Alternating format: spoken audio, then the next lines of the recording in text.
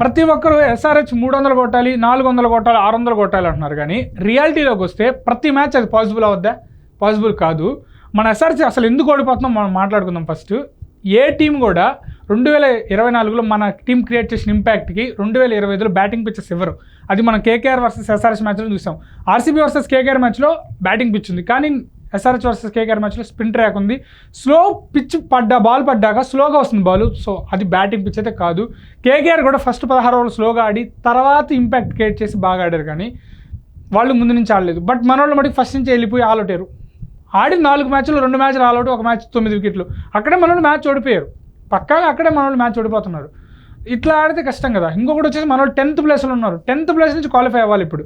So నేను ఇక్కడ SRH negative చెప్పట్లే. మన కాటేరం కొడుకులు బాగా ఆడాలి, 300 కొట్టాలి, 600 కొట్టాలి, మనోళ్ళు తోపు మినోళ్ళు తోపు అంటే అది మ్యాటర్ కాదు కదా. దాన్ని ఎలివేషన్ వీడియోలు ఎవరైనా చేస్తారు. బట్ మనోళ్ళు ఎందుకు ఓడిపోతున్నారు అనేది ఇక్కడ మ్యాటరు.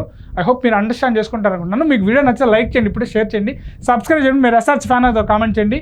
మన వాళ్ళకి ఇంత ఫ్యాన్ బేస్ లేదు. లాస్ట్ ఇయర్ క్రియేట్ చేసిన ఇంపాక్ట్కి అదే ఇంపాక్ట్ ఇప్పుడు క్రియేట్ చేస్తా పోవాలంటే పవర్ ప్లేలో వికెట్లు పడుతున్నాయి. ఫస్ట్ ఒకప్పుడు హెడ్ అవుట్ అయ్యాడు, అభిషేక్ అయినా కాస్త వెయిట్ చేయాలి. లేదు అభిషేక్ అవుట్ అయ్యి హెడ్ అయినా ఆడాలి. బట్ హెడ్ అయితే ఆపే ఇంటెంట్ ఉండదు, అభిషేక్ కూడా ఉండదు. బట్ తర్వాత 1 డౌన్లో వచ్చేవాడు కిషన్ కూడా అదే మెంటల్ మాస్. బట్ వీళ్ళు ముగ్గురు అటాకింగ్ చేసి ఆడేస్తారు. దానికి మనం కాదనిలే, వాళ్ళ ఇంటెంటే అలా ఉంటుంది. వాళ్ళు స్లోగా ఆడడం చాలా తక్కువ చూస్తాం కాబట్టి అది బాగానే ఉంటుంది. తర్వాత వచ్చే నితీష్ కుమార్ రెడ్డి కూడా షాట్లకు వెళ్ళిపోతున్నాడు పక్కగా. అదే కంటిన్యూ అంత. అనికేత్ వర్మ కూడా షాట్లు ఆడుతున్నాడు. సో అనికేత్ వర్మ 2 మ్యాచ్లు సక్సెస్ అయ్యాడు, మనకి హ్యాపీ. బట్ ఇంకొక అవతల ఎండ్లో వికెట్ నిలబెట్టే ప్లేయర్ లేడు. సో మీకు ఒక ఎగ్జాంపుల్ చెప్తాను. మ్యాక్స్వెల్ డబుల్ సెంచరీ కొట్టాడు కదా, ఆ మ్యాచ్లో ప్యాట్ కమిన్స్ ఎన్ని బాల్ ఆడాడు? ఆల్మోస్ట్ 60-70 బాల్స్ ఆడాడు, 12 రన్స్ కొట్టాడు. కానీ ఒక ఎండ్లో వికెట్ నిలబెట్టాడు కాబట్టి ఇంకొక ఎండ్లో రన్స్ కొట్టుకెళ్ళాడు మ్యాక్స్వెల్.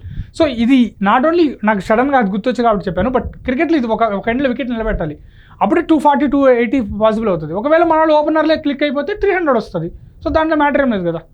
సో మన వాళ్ళకి బ్యాటింగ్ పిచ్ ఎవరబ్బా ఏ టీం కూడా. ప్రతి టీం మన వాళ్ళ మీద కౌంటర్ చేయడానికే పక్కాగా ప్లాన్లు వస్తారు. 2024కి ముందు మన టీం మీద ఎక్స్పెక్టేషన్స్ చాలా తక్కువ ఉన్నాయి కాబట్టి ప్లాన్ చేశారు.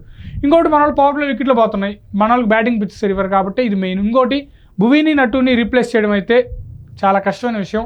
ఎందుకంటే Harshal Patel, Shami, Cummins last season నుంచే మనకు ఆడుతున్నాడు. అలాగే హర్షల్ పటేల్, షమి కూడా రీసెంట్ సీజన్స్ ఆడుతున్నారు. ఈ పిచ్ మీద వాళ్ళకి తక్కువ ఎక్స్పీరియన్స్ ఉంది, మన హైదరాబాద్ పిచ్ మీద. బట్ భువీకి నట్టుకి చాలా ఎక్స్పీరియన్స్ ఉంది. సో వాళ్ళ టీంతో ట్రావెల్ చేస్తున్నారు కాబట్టి వాళ్ళు మంచిగా. నట్టు డెత్ బౌలర్లో నట్టుని కొట్టే బౌలర్ ఉండడు, యార్కర్లు కానీ ఎవరిని కానీ. భువీ పవర్ ప్లేలో. సో ఇద్దరు మంచి బౌలర్ ఉన్నారు కాబట్టి మ్యాచెస్ మనం గెలుస్తూ వచ్చాం. ఒకప్పుడు ఎస్ఆర్హెచ్ గురించి మాట్లాడుతూ 120, 140 కూడా డిఫెండ్ చేసుకునే టీము. బట్ ఇప్పుడు చూస్తే అర్థమైపోతుంది. మన బౌలింగ్ చూసినా ఓకే, బౌలింగ్ లేదనేది కాదు, ఆ బౌలర్స్ తగ్గట్టు మనం పిచ్ తయారు చేసుకోవాలి. మనకి బౌలింగ్ లేదు కదా, మనకు బ్యాటింగ్ ఉంది కదా, బ్యాటింగ్ పిచ్చే తయారు చేసుకుంటా ఉంటే ఎన్ని సెట్ అయ్యే కాదు. ఇక్కడ మెయిన్ పాయింట్లు మన ఎస్ఆర్హెచ్ ఓటమికి కారణాలు చెప్తాను చూడండి. పవర్ ప్లేలో వికెట్లు పడుతున్నాయి, తర్వాత అదే ఇంటెంట్లో ఆల్అౌట్ అయిపోతున్నారు. ఆల్అౌట్ కాకుండా 20 ఓవర్లు ఆడితే కొంచెం బెటర్ ఉంటుంది. సో అది ఫస్ట్ థింగ్. రెండోది భువీ నటు రీప్లేస్మెంట్. ఇంకా మూడోది వచ్చేసి మన ఎస్ఆర్హెచ్కి బ్యాటింగ్ పిచ్చెస్ ఇవ్వరు, మన వాళ్ళు ఏమో అదే ఇంటెంట్ వెళ్తున్నారు, అక్కడ బోల్తా పడుతున్నారు.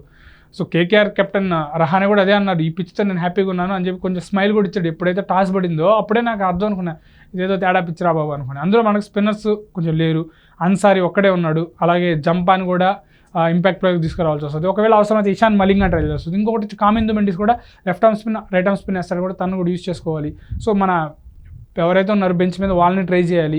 సో అది పిచ్కి తగ్గట్టు 2-3 చేంజెస్ చేసుకుంటూ వెళ్ళి ఇదే బ్యాటింగ్తో ఎటువంటి ప్రాబ్లమ్స్ ఉండవు. బట్ వాళ్ళు క్లిక్ అయితే సెట్ అయిపోతుంది. కానీ బౌలింగ్ మటుకు ఆ ప్రాబ్లమ్స్ కంటిన్యూ అవుతా ఉన్నాయి. సో అందుకే నేను ఎస్ఆర్హెచ్కి నెగిటివ్గా ఏదైనా చెప్పినా కూడా మీరు అర్థం చేసుకుంటారు అనుకుంటున్నాను. ఎందుకంటే మనం కాటేరం కొడుకులు అని చెప్పి ఎలివేషన్ వీడియోలో ఒక 10-20 చేసుకుంటే మనకు వ్యూస్ వస్తాయి. బట్ అది కాదు కదా, ఇక్కడ మనం పాయింట్ మాట్లాడుకోవాలి. మ్యాచ్ మనం ఎందుకు ఓడిపోతాం?